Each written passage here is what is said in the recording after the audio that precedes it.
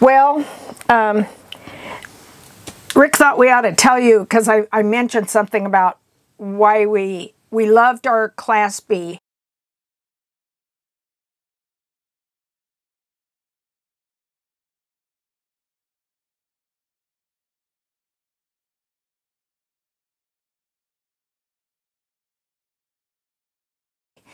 But we got rid of it because of two reasons.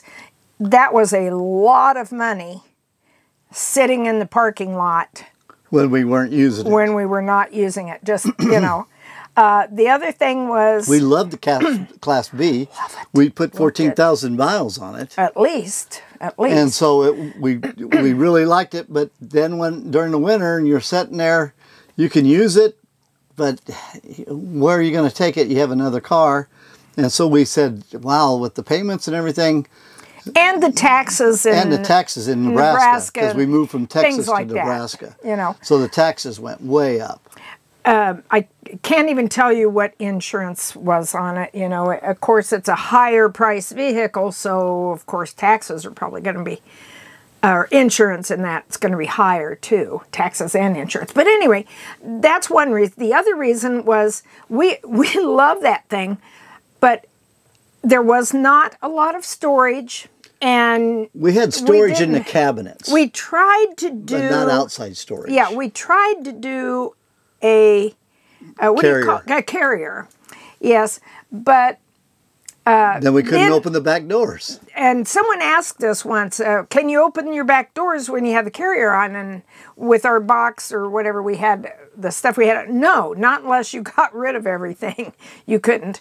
But the thing is, everything from the front, you know, we'd have things in the back, and we'd move things from the front to the back when we were driving somewhere, right? Mm-hmm. Then we'd get parked and everything, and we'd have to get everything situated here. So everything would go from here to there. To the front. And so we could use the back for sleeping and eating and everything like that. You know, kitchen. So it was a constant, when you moved from place to place, you'd have to move back and forth and store things in the front between the seats, turn the seats around. We could use them, but we had a lot of things that were in the back for travel to move to the front. And then when we wanted to go anywhere, we had to move it all back to the back. And so that became a pain. And yet we loved the convenience. You talk about being able to go anywhere and camp anywhere. Stay anywhere. I mean, basically, you can't get better than that. The only thing we needed to do is figure out that we could travel with less stuff. Which we found out, and that's why we went to a bigger trailer after the Class B, and then we said, wow, this is almost too big. We did. So we were looking around, and we found this 15TB, and we really liked the setup.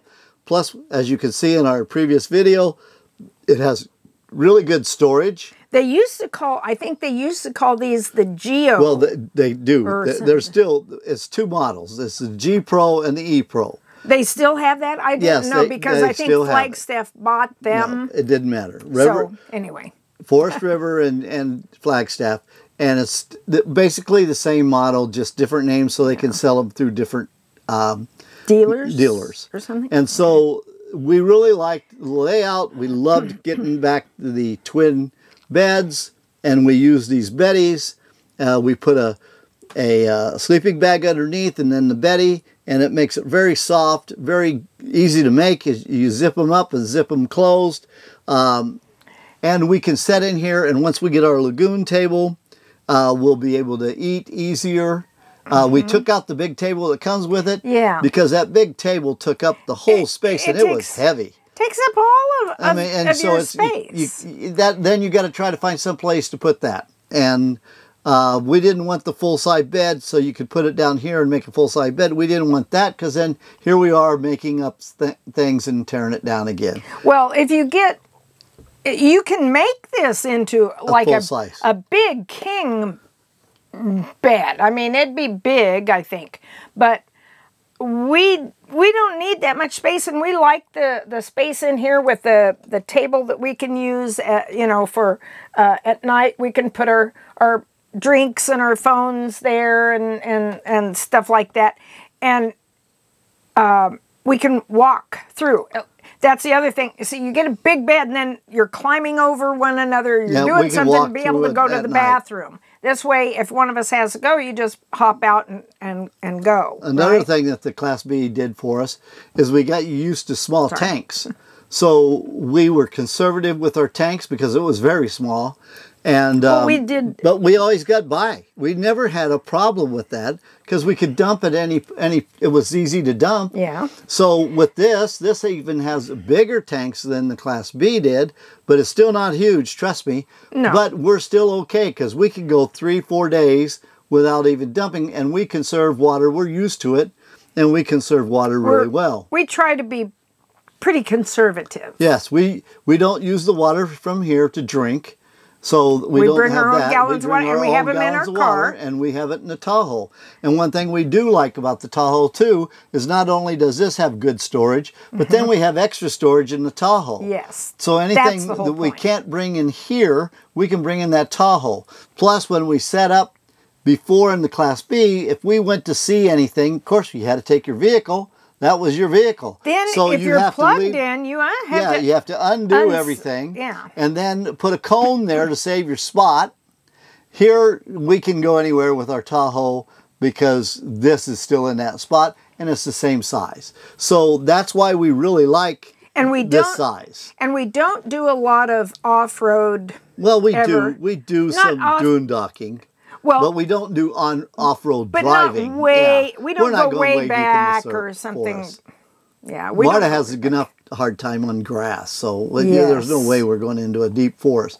So for our lifestyle, for RVs, this really fit the bill, and we really like this. We got a lot of storage.